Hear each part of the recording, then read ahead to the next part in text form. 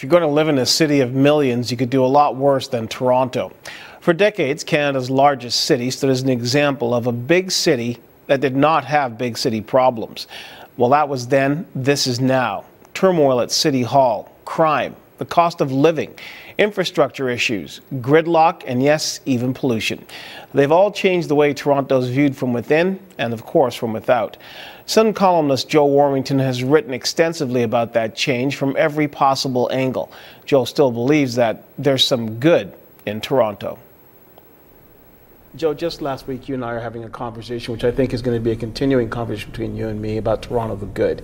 In many ways, like it or love it, Toronto does set the standard for not just the province but for our country, and people are always looking in from the outside and saying, whatever happened to Toronto the good? And I like to think that we're still moving in that direction, but sometimes it's hard to think that way. Yeah, I mean, I guess the opposite of good is bad, and sometimes you go back and forth, but the goal is, and what we all strive for, is to be Toronto the good.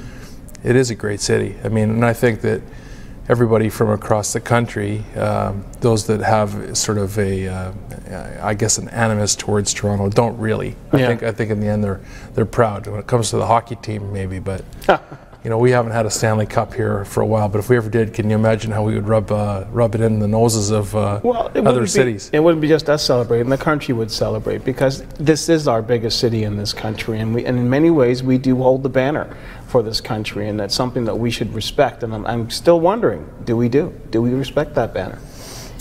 You know what? I think, like all big cities, we're kind of taken for granted. I think where we're different than the United States is that each of their cities have their own culture, as does our city and all the great cities across this country.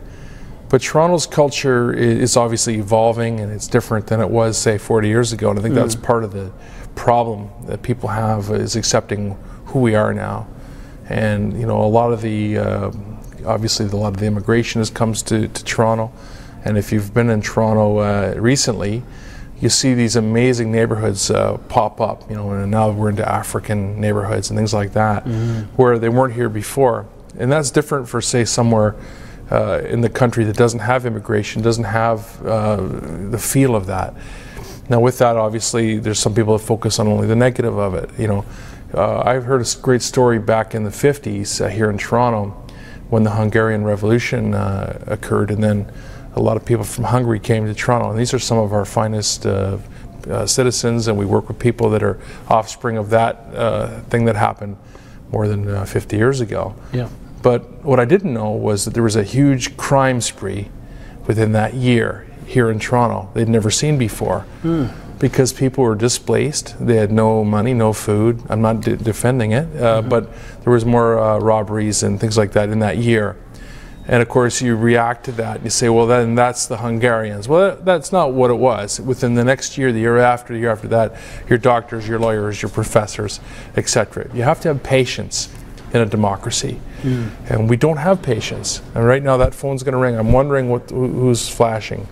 And Toronto is all of that, more than anywhere else. Yeah, and that's the thing about this city that people don't realize. We have so many different elements to it. It's such a big place, and that's one of the things that people seem to get lost in the conversation about this city, that there's so much going on here that things tend to get overlooked.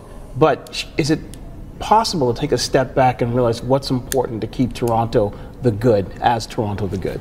Well, the one thing, I think it is possible, but what it would require is people to step out of their own comfort zones and to have what you call a conversation, which is what you're trying to establish here on the Sun News Network.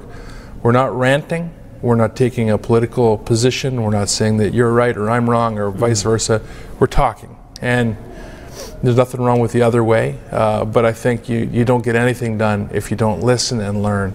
I always say is that you can learn a lot more, or you can be more valuable at least, by teaching and not preaching, you know. And so the people that are up there preaching, if you don't want to listen to it, then what are you going to learn from it? But if you're up there teaching, explaining things, you know, I think the most important thing I've said so far is patience.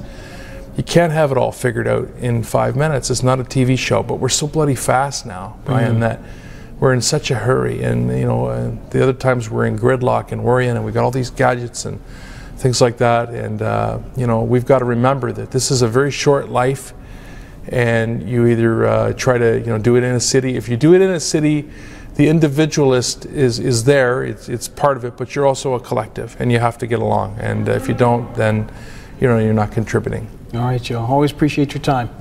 Good to be with you. Thanks for this. Have a great weekend. You too. Joe Warmington.